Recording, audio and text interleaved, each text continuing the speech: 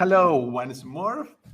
Hello and welcome to the book club. I'm Gustavo Tolosa, your host and plant-based coach. And I am also, as you know, a pianist, and I host a program called The Pianist and the Chef. And you're welcome to watch those programs if you go to the website at plantemas.com. So today we are reading chapter 2 of the Cheese Trap. Hopefully you have read it. It is it's so brilliantly written, this book. I read it such a long time ago that I really needed to read it again. And so let's just jump into it, because today I have a special guest, and the special guest is someone who works very closely with Dr. Neal Barnard, and her name is Katherine Lawrence from Food Saved Me. And actually, she is featured in chapter 4 of this book. So today you'll get to meet her. She's in Dallas, and she will show you how to make a delicious cheese sauce that, of course, is all whole food, plant-based, so you don't have to worry about all the detrimental things that the dairy and cheese has. So again, thank you for watching. I really appreciate you logging in from all over the world, as I can see.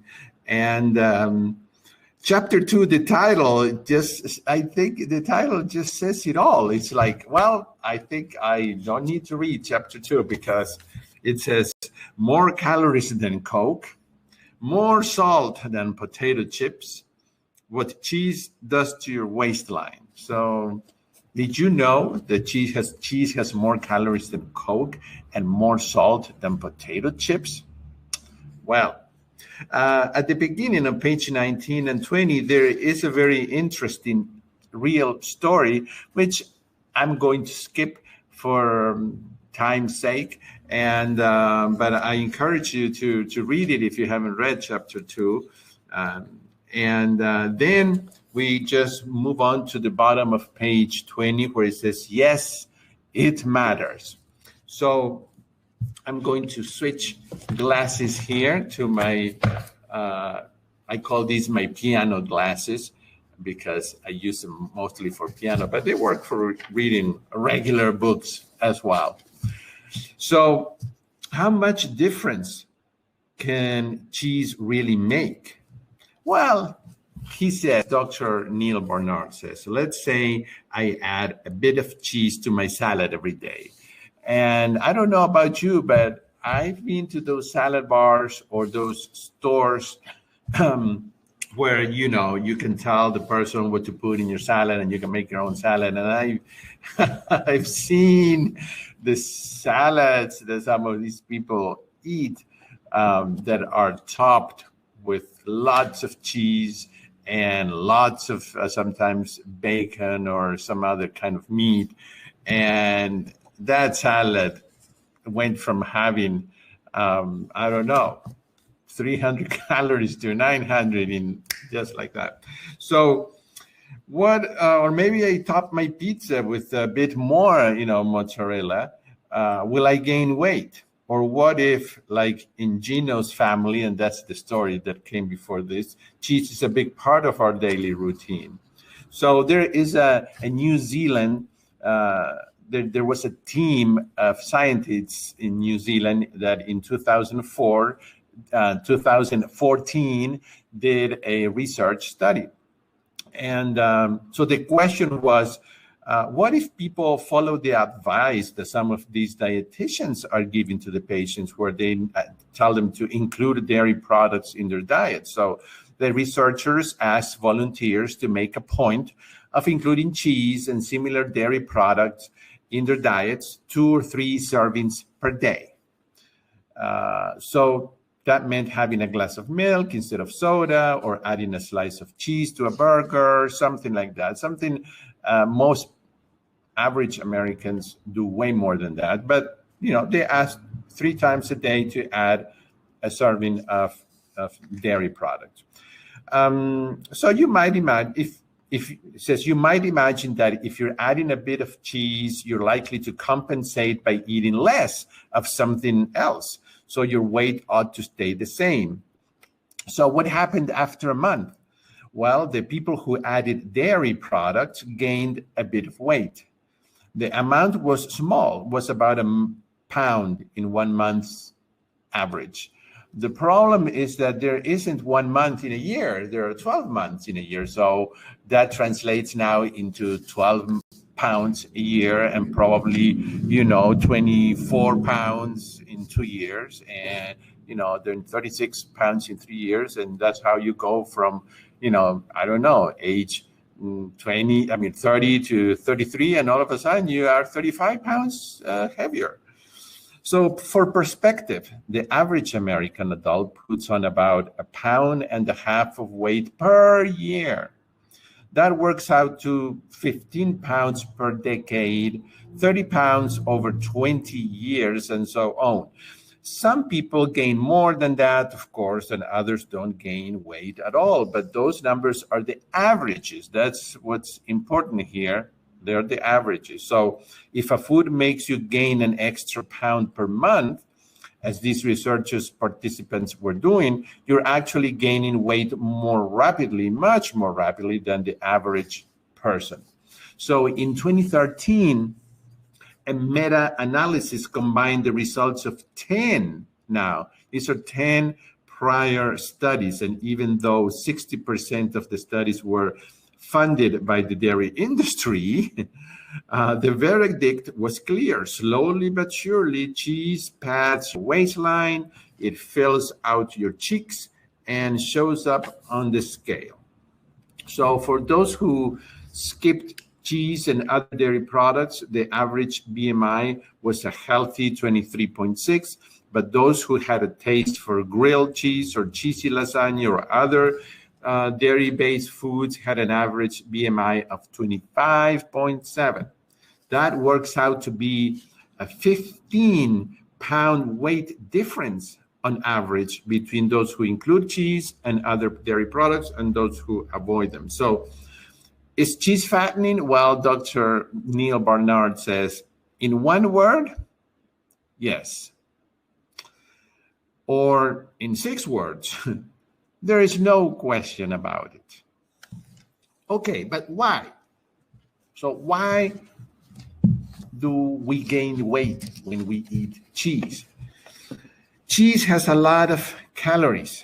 Now, this is on page 23, and this is a review from the previous chapter. So we're just going to quickly mention that 1 cup of whole milk has 149 calories, but 1 cup of melted cheddar cheese is 986. So you're going from 150 to almost 1,000.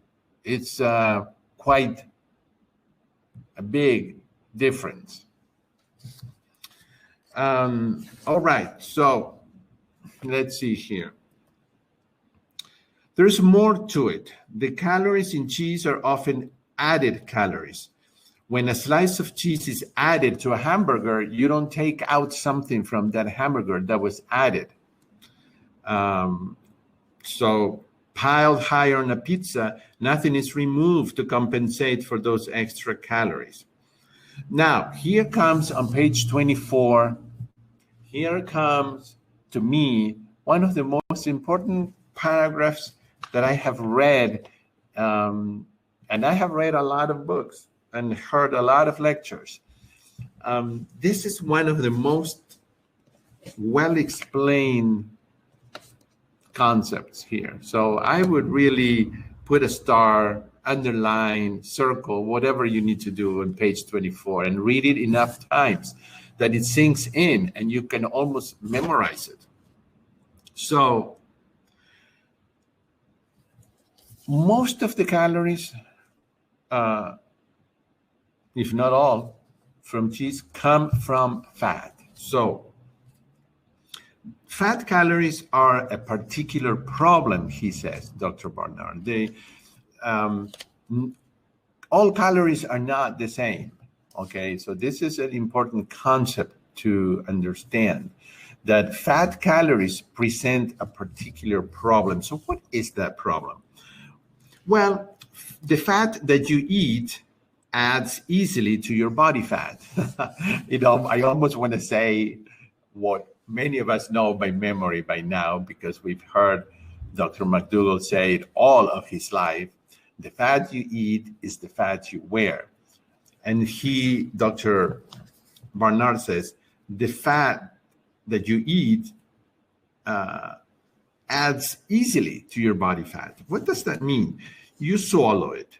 Tiny particles of fat enter your bloodstream. And with relatively little change, they can pack into your fat cells. Our bodies were made, designed, whatever word you want to use. We're not going to get in any of kind of existentialism or theories of religion. Whatever we want to say, our bodies are very good at retaining and keeping fat for those times when famine would come and there would be nothing to eat. The problem is that those times in our modern times and in most parts of the world never come. So the fat piles up and stays in our bodies. Compare that to eating bread. This is a great comparison. During digestion, the starch in bread releases glucose, which is simple sugar, into your bloodstream. That sugar does not look anything like fat, and it will not end up in your body fat for the most part. Rather, your body uses it for power. And this is something, again, that we have read in our previous two books, how starch will be used first. Those complex carbohydrates are the first source that the body grabs to have for power. Glucose fuels your movements. Every movement that you make is fueled by starch, by glucose. It powers our brain. It maintains our body temperature and keeps your other basic body functions running, as opposed to turning it into fat. If you were to indulge a bit on bread, your body still does not want to turn that extra into fat. Rather, it stores excess glucose as glycogen, molecules that act like spare batteries in your muscles and liver. This is so cool the way it's explained. So if you eat too much starch, it costs the body too many calories, and the body is very wise.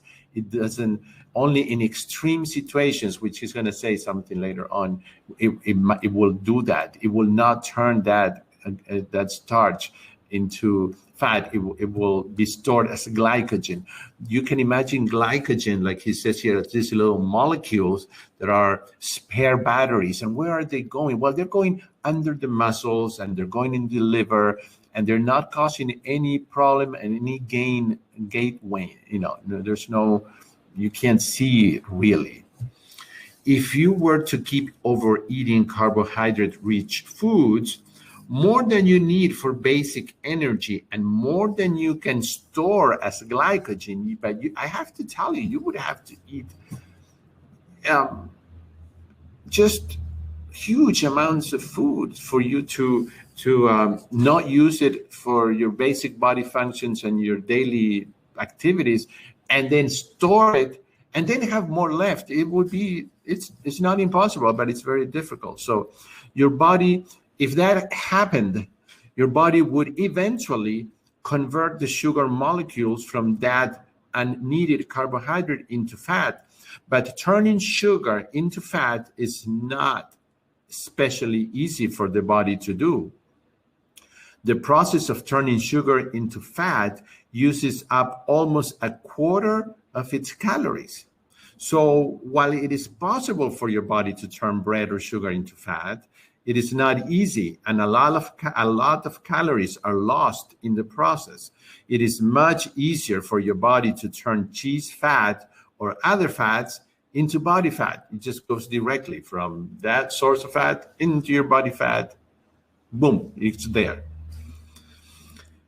What is another problem with, of why cheese makes us gain weight, besides being packed with calories and besides those calories being from fat? Well, it also slows down your metabolism, which it really gets worse at this point, because it also packs into your muscle cells, and there it can interfere with your metabolism. And then he gives you the explanation, a picture of a gas stove and how it will slow down the fire and eventually turn it off. So read that, because that's very important. Then he says at the bottom of page 26, nowadays we don't want to store fat. Nowadays we don't, because we're not running to catch something to eat all day long, or we're not working in the fields all the time, and we have cars and we have other ways of moving around, and we're not walking or running all the time. And so nowadays we don't want to store fat, because really we want to shed it. But our bodies are pre-programmed, like he says, and fatty foods still slow our metabolisms today, just as they did in the distant past. So, what is another problem of cheese? Yet another. Okay, it's the sodium. Cheese is loaded with sodium, that is salt. Okay, let's just call it salt. It is added as a preservative and flavoring, because let me tell you, if you were to eat cheese with 0 salt, it would make you gag and you would not eat it.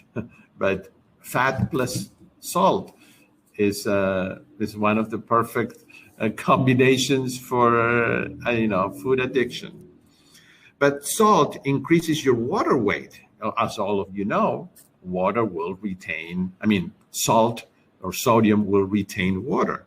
And the explanation for this, it really is not mysterious at all. Sodium in food is rapidly absorbed into your bloodstream and tends to hold water, both in your body, in your blood, and in your body tissues.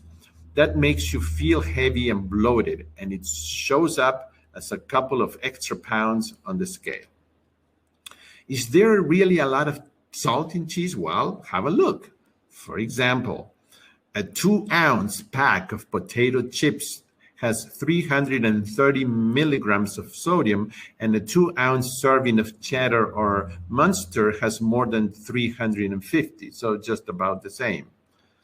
And you know how salty those potato chips, feel, because the salt is right there on the surface of the potato and it touches your tongue right immediately. A similar serving of Edam has more than 500, and only 2 ounces of Velveeta. Just 2 ounces. Who eats 2 ounces of Velveeta? It has more than 800 milligrams of sodium, and I feel like this computer is going to explode, because it will make your blood pressure go off the charts. People looking to limit salt may not think of cheese as a high sodium food, but it is right near to the top of the list. When you throw out the cheese and other salty foods, the water weight quickly disappears, and you can see the difference on your scale. Let's see if you have any comments or any questions, everybody. I know I'm trying to cover all of this material that is so just so amazing. So it's so this is information that is based on science and facts, and it's not made up. And it's such a shame that so many people don't have access and don't know this information. So unless, I guess, if there are no questions, I will move on. And in just about 10 minutes, Katherine Lawrence will log in, and we will be able to hear her story while she cooks. and she'll tell you a little bit about the work she does with Dr. Neal Barnard. So, what doesn't cheese have? That's on page 27. Well, cheese doesn't have one of the most important elements in food, and that is fiber. So, fiber is plant roughage.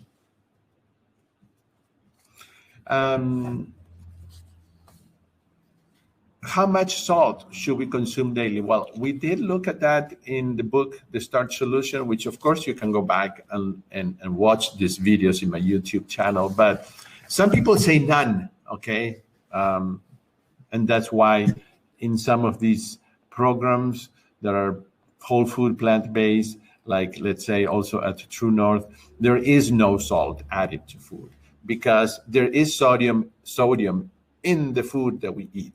But you know that Dr. McDougall allows salt, and other doctors do too.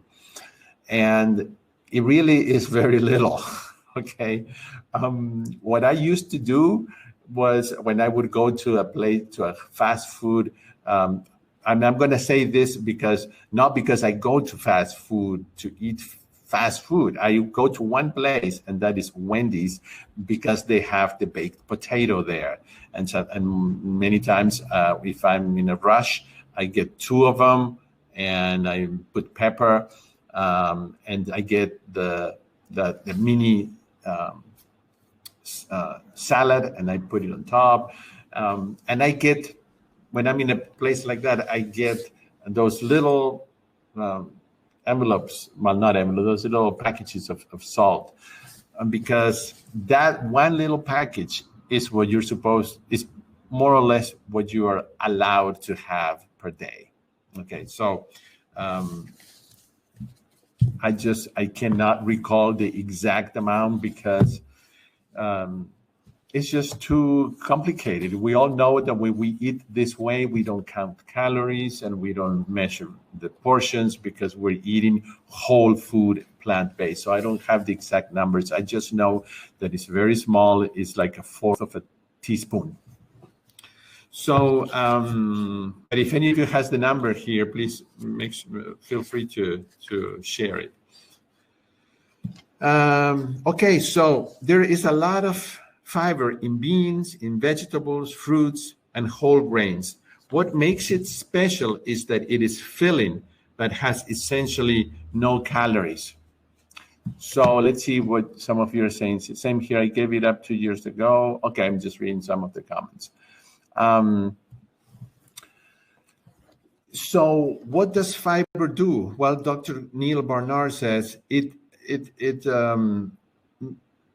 what makes it special is that it is filling. It fills us up, so we don't eat as much, because fiber produces, especially when it is combined with water, produces satiety. We feel full, and it basically has no calories. Fiber makes you feel full, so you push away from the table and feel satisfied without overdoing it.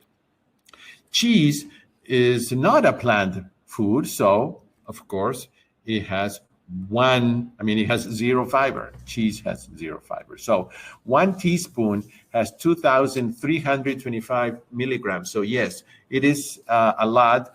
And I believe, if I'm not mistaken, that what is more or less allowed in the range in the Dr. McDougall program is about 1/2 of a teaspoon per day. Okay, so it's very little.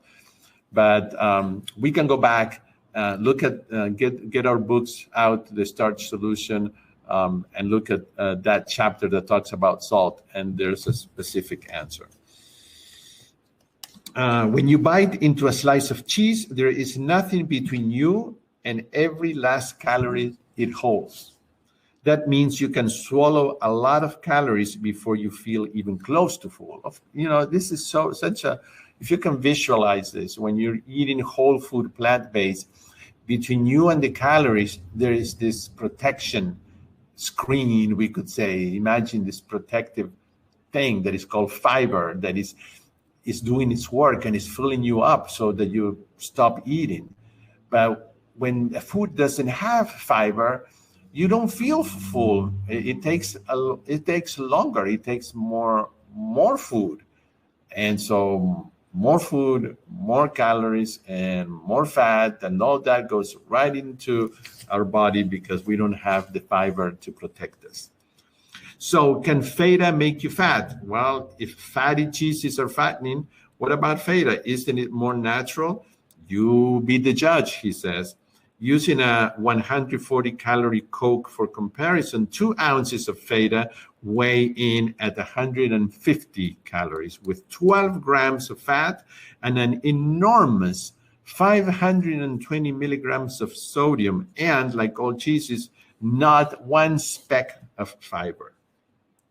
Also, at the bottom of page 28, you have an explanation of what it does to your gut bacteria, which is not very good. And this is still an ongoing area of research. So on page 29, he says, putting it to the test. And in our research center, Dr. Neil Barnard says, we have tested the effects of getting away from cheese and other animal products. And in one of those studies, our participants were women who had been struggling with weight problems for years. After over 14 weeks, we took cheese and all other animal products out of their diet. The rules were, number 1, avoid animal products, and number 2, minimize added oils. We did not ask them to count calories or limit carbohydrates or portion sizes. Just the opposite. They were free to eat all the pancakes with maple syrup they wanted. But cheesy omelets and bacon were out. Veggie burgers were okay, but the meat varieties were out. Spaghettis could be topped with tomatoes and wild mushrooms, artichoke hearts, and fresh basil, but not Alfredo sauce. We also asked everyone to keep their exercise routines constant because we didn't want, they didn't want the exercise to make a difference. So after 14 weeks, everyone stood on the scale and the average person had lost 13 pounds. That's about a pound a week. Considering they had not been counting calories or limiting portions, that was impressive. How does this happen? Why did they lose weight?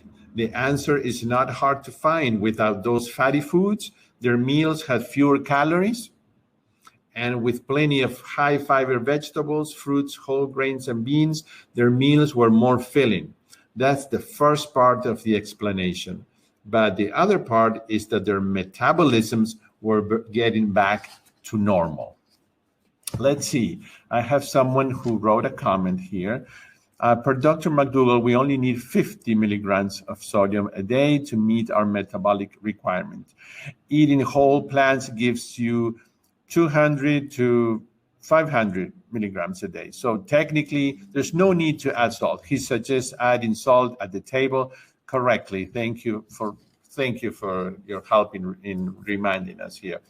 So, and we went over this when we were talking about the book. The only reason Dr. McDougall allows people at the beginning of their journey when you're switching to a whole food plant-based diet in the starch solution to add salt is because you're coming from probably a very bad, horrible, sad, standard American diet way of eating, packed with sodium. And so he wants you to eat the food because, of course, if you don't eat it, then you won't get any better. So if that means adding salt on top of the food, don't cook with it.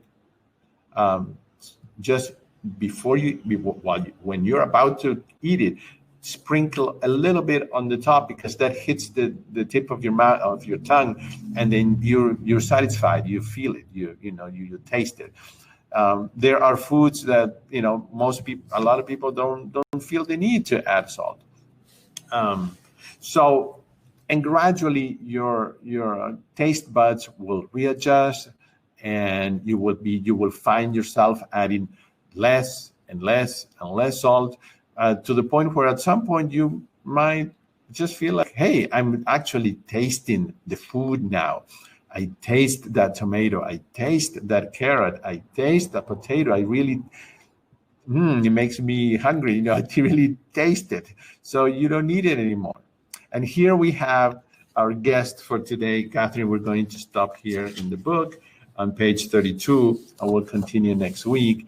And we will welcome Katherine in just a minute. I worked with Katherine quite a lot, filming many of the videos that she has on her website, where she does cooking demos, and they are great. So I encourage you to go to foodsaveme.com, because there is a wealth of recipes there, and they're all so yummy. Before we go into this next segment with Katherine Lawrence, I just want to remind you that tomorrow I'm inviting you all to a very special event that I've never done yet. So this is new. You see the piano right there in the back? Okay, this is my living room. And tomorrow, Sunday, October 11th at 5 p.m. Central Time, I will do a 30-minute live concert with piano and violin with a wonderful, amazing, talented violinist. I will play some really fun, upbeat Argentine tangos and music, and then a beautiful Beethoven piece, and then something that a lot of you have heard is called Meditation by Massenet. So it's going to be short but fun. Grab your favorite cup of tea or coffee or whatever you like to drink, and join me tomorrow. You can sign up. This is free. It's going to be broadcast from my own YouTube channel. You go to YouTube, you type a name, Gustavo Tolosa. But I'm going to make sure that that link is in the description here. But that's how you get to it. You go to my channel, and you'll be able to see it.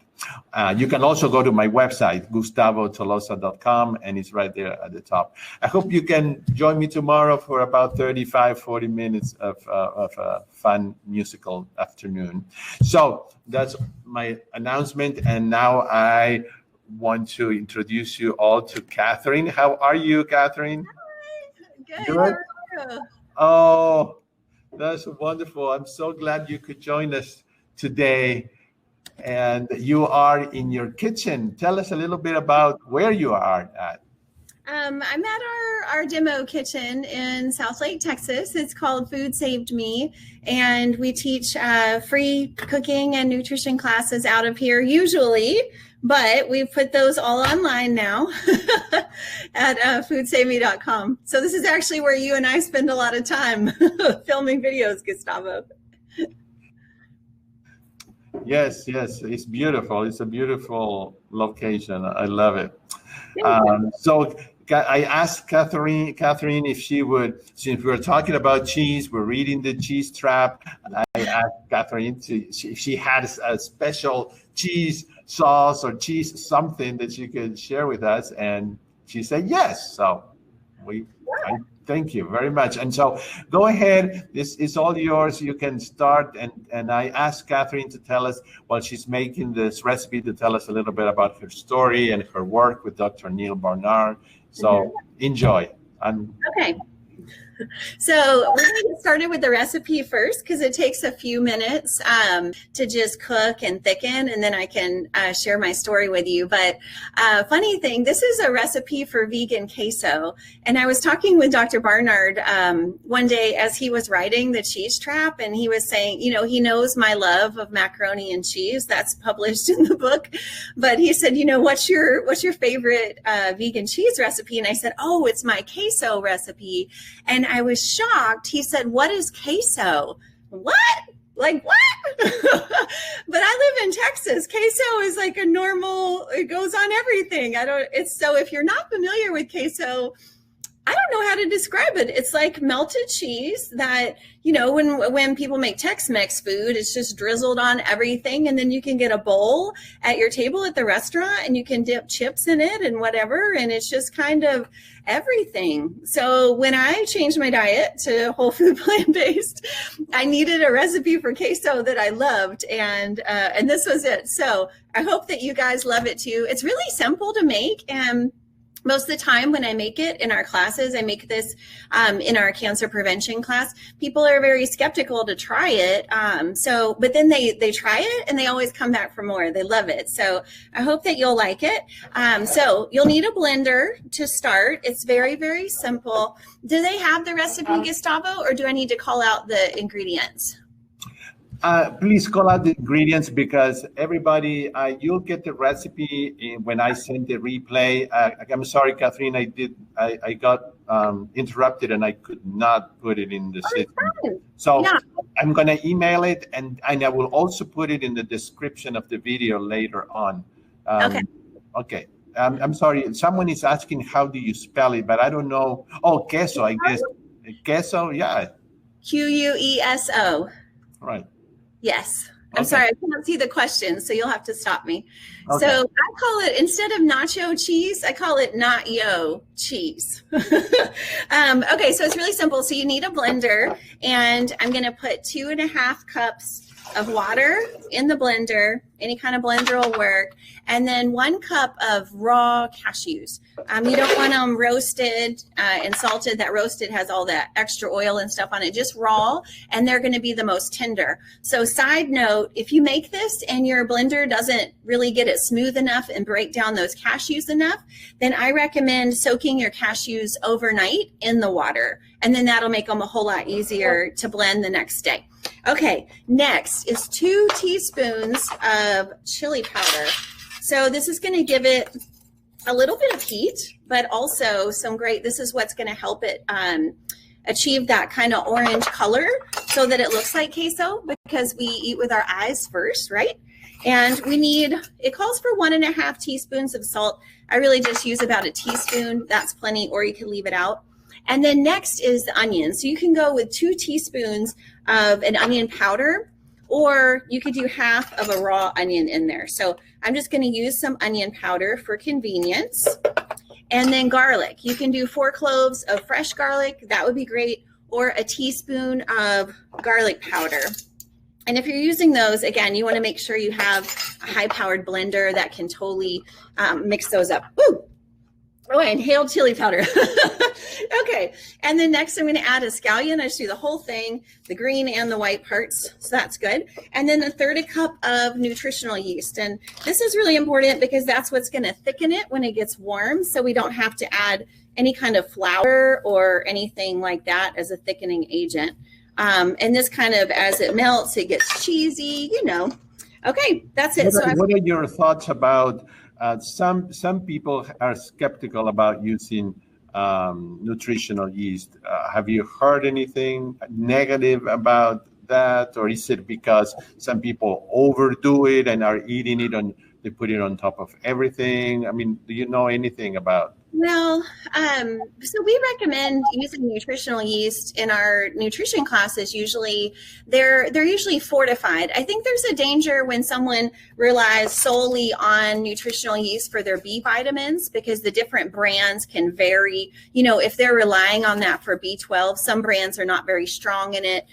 So I think that's not so good.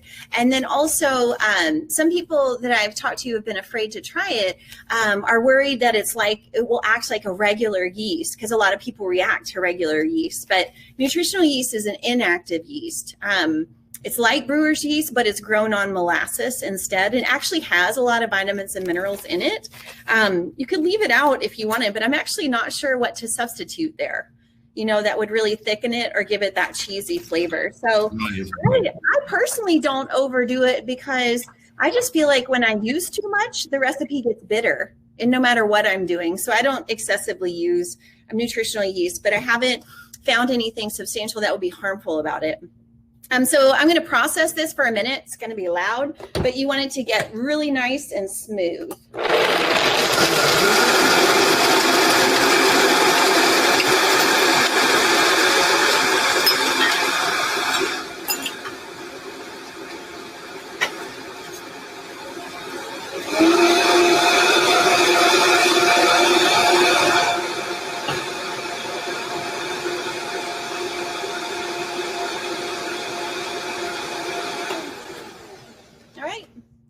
it. So I'm going to let you see this as I pour it out. You'll need a small pan. This is about 2-quart size-ish.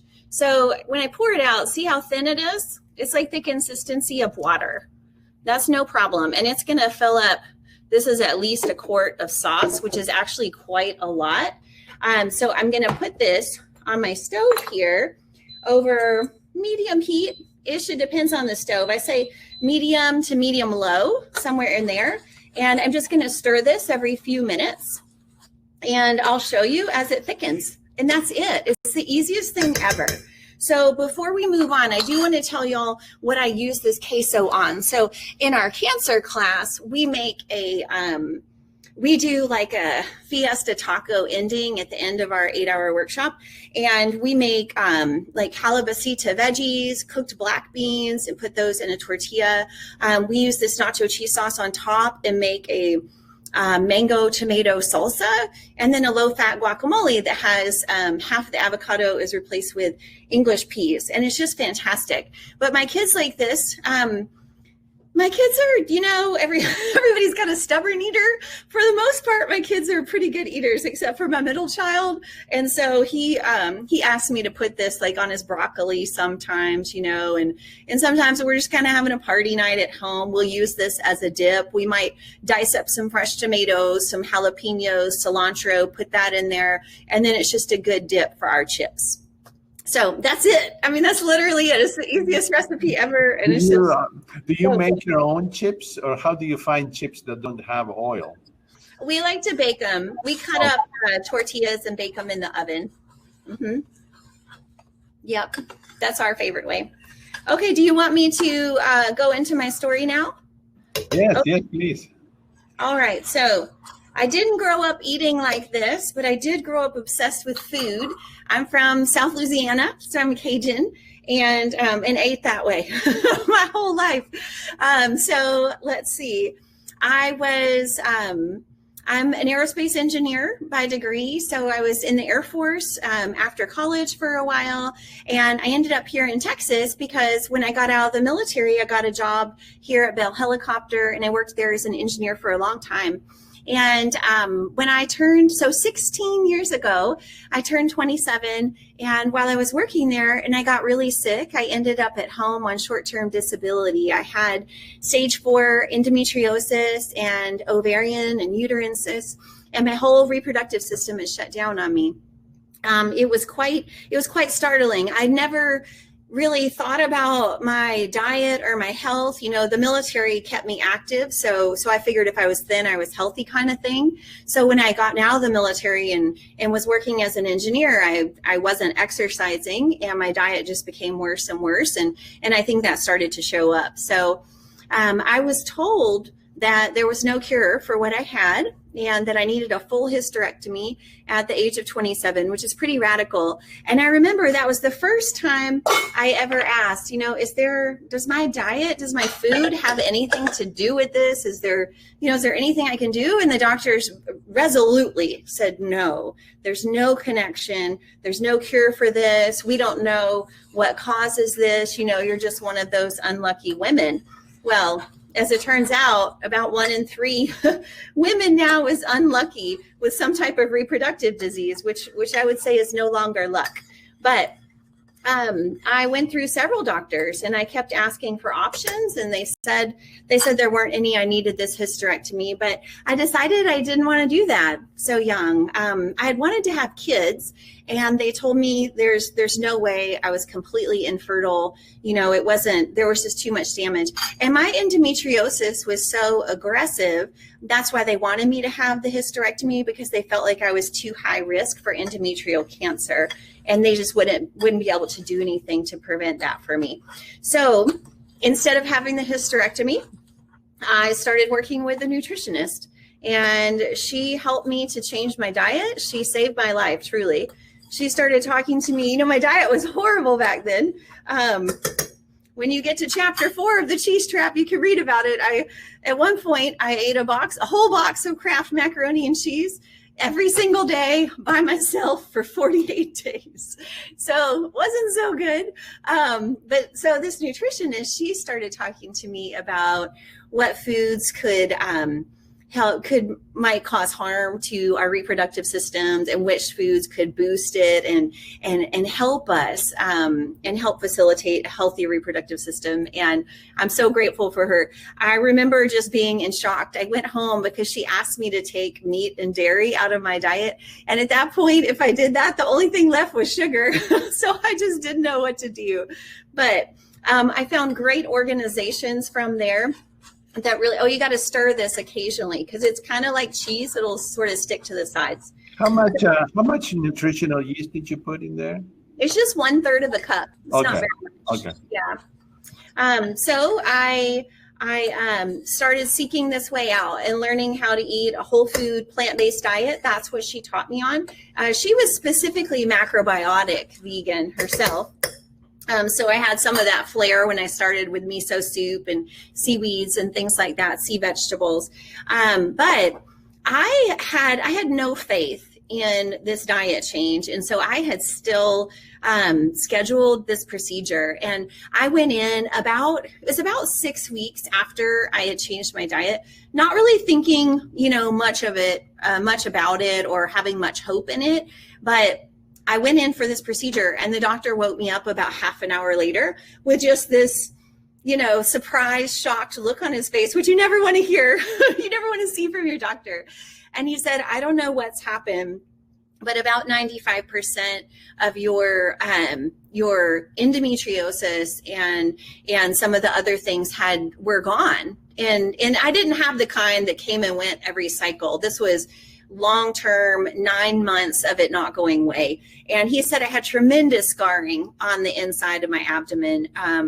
And he could see that, and that some of my adhesions had wrapped around my digestive organs. And so that's where the pain was coming from. And he was just shocked. He said, I've never seen anything like this. And my mom said, well, she's been on this weird diet, because we're from Louisiana and that's what we call it. She's been on this weird diet. And he said, oh no, I'm sure that's not it. This is a miracle. So I remember thinking, oh my gosh, this diet it's really working. And I hate to call it a diet. It's a new way of life. Yeah. The miracle of a whole food plant-based. The miracle of eating the food we're designed. So my whole life changed from there. And I mean changed. I went on.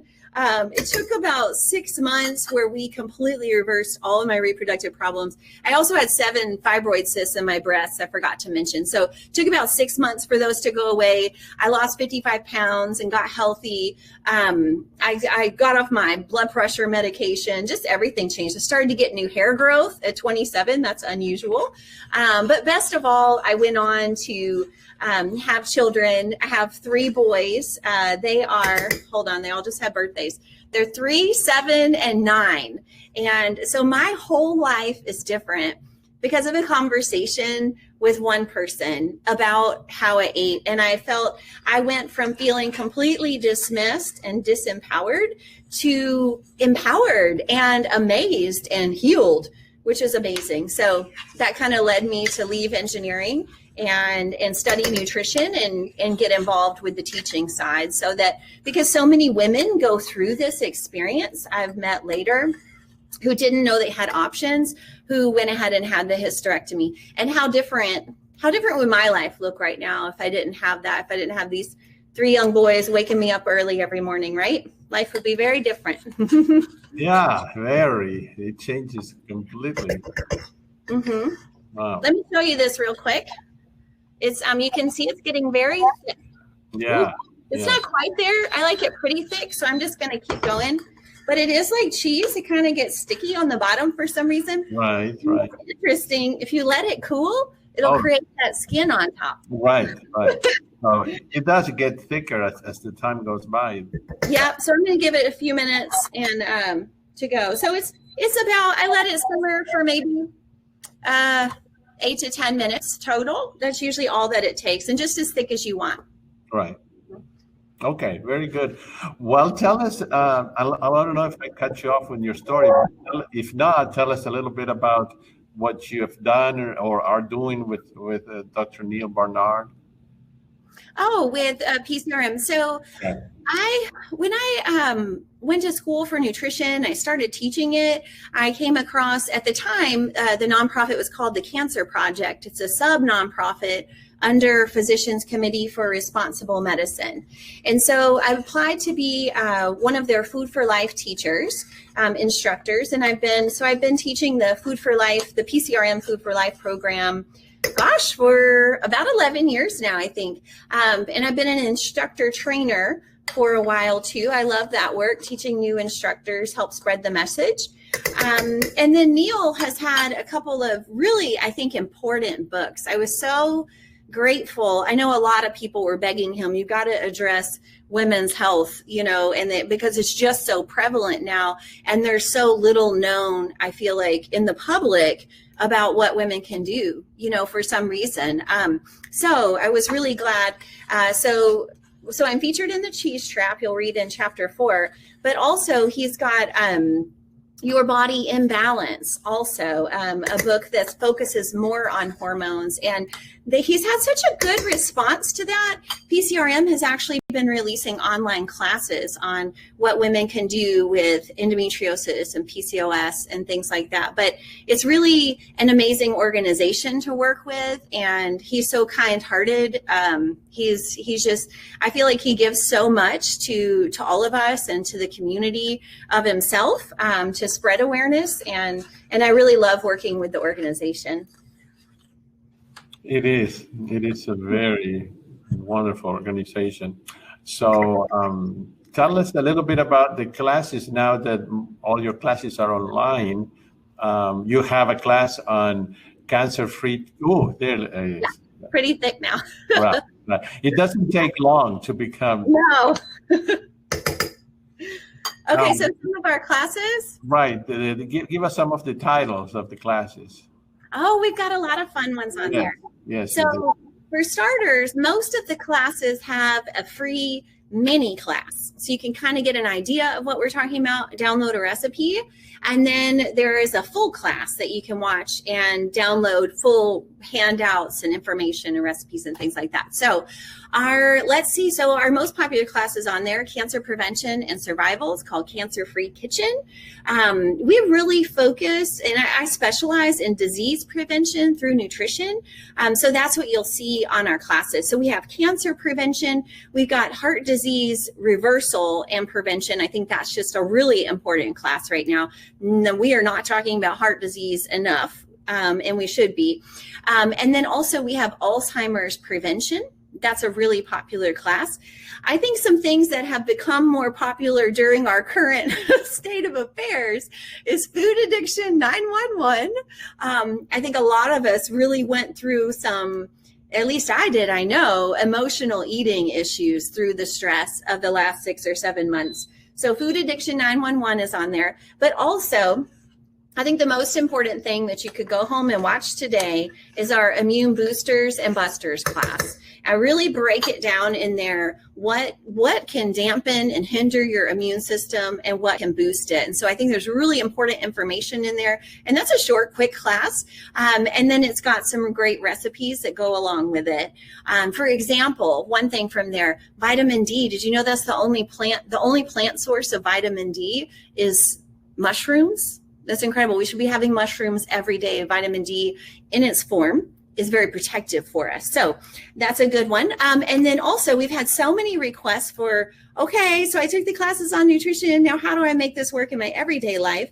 We created a 4-class series called Meal Preps. And so in that first one, I explained, so here is Catherine's approach to meal prep. Here are the 7 things that she makes every week. And it's not the 7 same recipes, it's the 7 concepts. So I have a bean main dish, a raw salad, a cooked vegetable. So it kind of helps you strategize. I've found with most of my students, as they're transitioning to whole food plant-based, they have similar struggles as me. It's like, well, I see a lot of side dishes. How do I put this together as a meal? So that's what's covered in our meal preps class. And then Gustavo convinced me to make a very special one that I'm very proud of. I think it's our best yet, and that's sea vegetables, veggie sushi, sea vegetables, miso soup, all of that good stuff.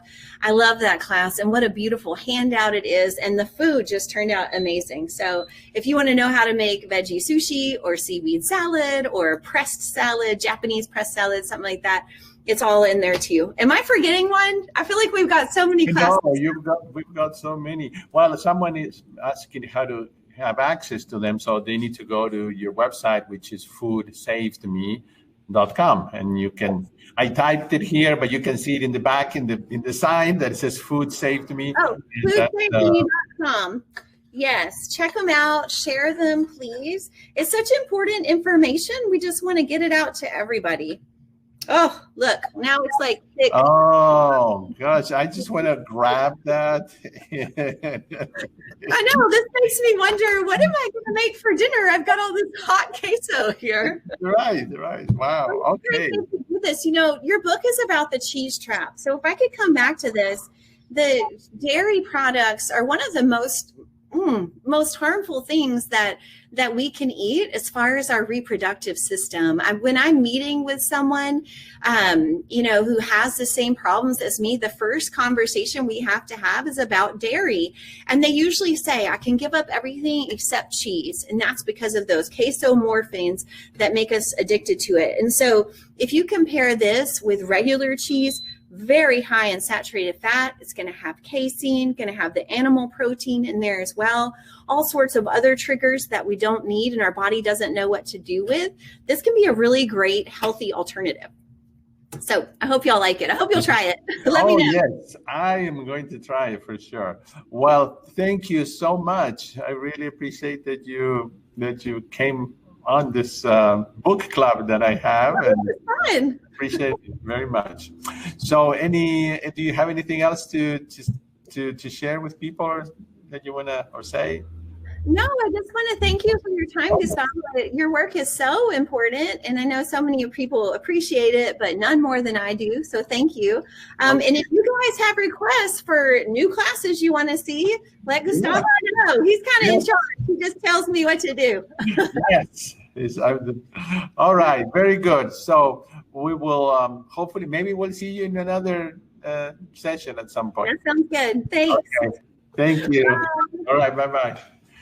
All right, everybody. Thank you for attending today. We're finishing, and I will see you next Saturday. We will finish chapter 2 and maybe go into chapter 3. And one more time, a reminder, if you'd like to join me tomorrow right here in my living room with Leonardo Rojas and myself, we will play some music for you for about 30 minutes in my YouTube channel. And my YouTube channel is Gustavo Tolosa. You can subscribe to it, and you can go there to my channel tomorrow at 5 p.m. Central Time and listen to some great music. So great. Thank you. Have a wonderful weekend, everyone. Bye-bye.